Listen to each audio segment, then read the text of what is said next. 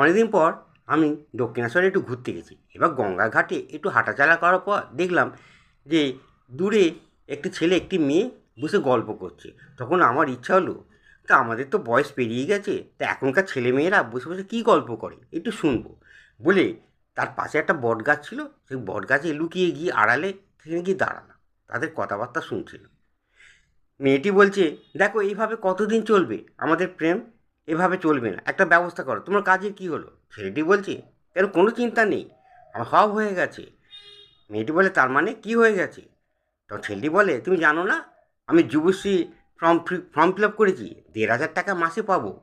মেয়েটি বলে, সে কি 1,500 টাকা মাসে পাবে তো কী হবে? আরে 1,500 টাকায় বিয়ে হয়ে যাবে, আমরা ঘর সংসার করো। তখন মেয়েটি বলে, আরে 1,500 টাকায় কী হবে, তুমি ভালো করে খুলে বলো। ছেলেটি তখন বলে, শোনো, আমাদের বাড়িতে কাজের লোক লাগে, রান্নার লোক লাগে। কোনো কাজের লোক লাগলে, রান্নার লোক লাগলে তারা কি করে, টাকাও নেয়, খাবারটাও তারা ফ্রিতে পায়। তা আমি তোমাকে বিয়ে করে যখন নিয়ে যাব, তুমি রান্না করবে, সব কিছু করবে, কাজ করবে, টাকা নেবে না, তবে খাওয়াটা ফ্রিতে পাবে। আর আমি তো খাওয়া তো ফ্রিতে এমনিতেই পাই।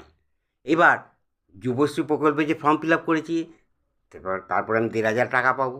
1,500-এর মধ্যে বাবাকে 1,000 হাতে তুলে দেবো। যাক, দিয়ে দিই, কিছু তো দিতেই হয়, আমরা খাচ্ছি। যাই হোক, 500 টাকা আমার হাতে থাকবে। তারপর তুমি বিয়ে হয়ে যাওয়ার পর তুমি লক্ষ্মী ভাণ্ডার পাবে। তাহলে আমাদের হাতে কত থাকবে? 2,000 টাকা। 2,000 টাকা থেকে 1,000 টাকা ব্যাংকে রেখে দেবো, আর 1,000 টাকা আমরা হাতে রাখবো। কেন, বিয়ের পর আমাদের এপাশে ওপাশে ঘুরতে তো হবে, তার জন্য হাত খরচা লাগবে। আর তারপর মেয়েটি সব শুনলো, তা তা তো ঠিক আছে, তবে বিয়ে করলে তো কিছু খরচা লাগে, তো লোকজন তোকে একটু কয়েকজনকে খাওয়াতে হবে, বন্ধু বান্ধব। কালীঘাটে বিয়ে করি আর যেখানেই করি। তখন ছেলেটি বলে, না তার জন্য চিন্তা নেই, তার জন্য একটা কাজ করো, তুমি তো কন্যাশ্রীতে যে টাকা পেয়েছো, সে টাকা তো কিছু আছেই, সেই টাকা দিয়ে আমরা কালীঘাটে বিয়ে করব, করে বন্ধু বান্ধবদের খাওয়াবো টাওয়াবো, তার বাড়িতে এসে কয়েকজনকে মিষ্টি মিষ্টি খাওয়াবো, তো হয়ে গেল। মেয়েটি বলে, হ্যাঁ ঠিকই বলেছো তো, তাহলে তো খুব ভালো। হ্যাঁ, তাহলে এক কাজ করো, সামনে ফাল্গুন মাসের দিন ঠিক করো, আমরা লেগে পড়ি। আমি সমস্ত কথা শুনে, বাহ, ছেলেটি তো ভালোই বুদ্ধি, বাহ ভালো, ভালো। হ্যাঁ, জীবনটাকে বেকার এই বয়সটাকে নষ্ট করছিস, কাজটা কাজে কাজে লাগিয়ে নে, ঠিক আছে, খুব ভালো। আমি হাসতে হাসতে সেই দক্ষিণেশ্বর থেকে ঠাকুরকে প্রণাম করে চলে এলাম। আজ আমি একটি কোকিলের ছবি আঁকলাম।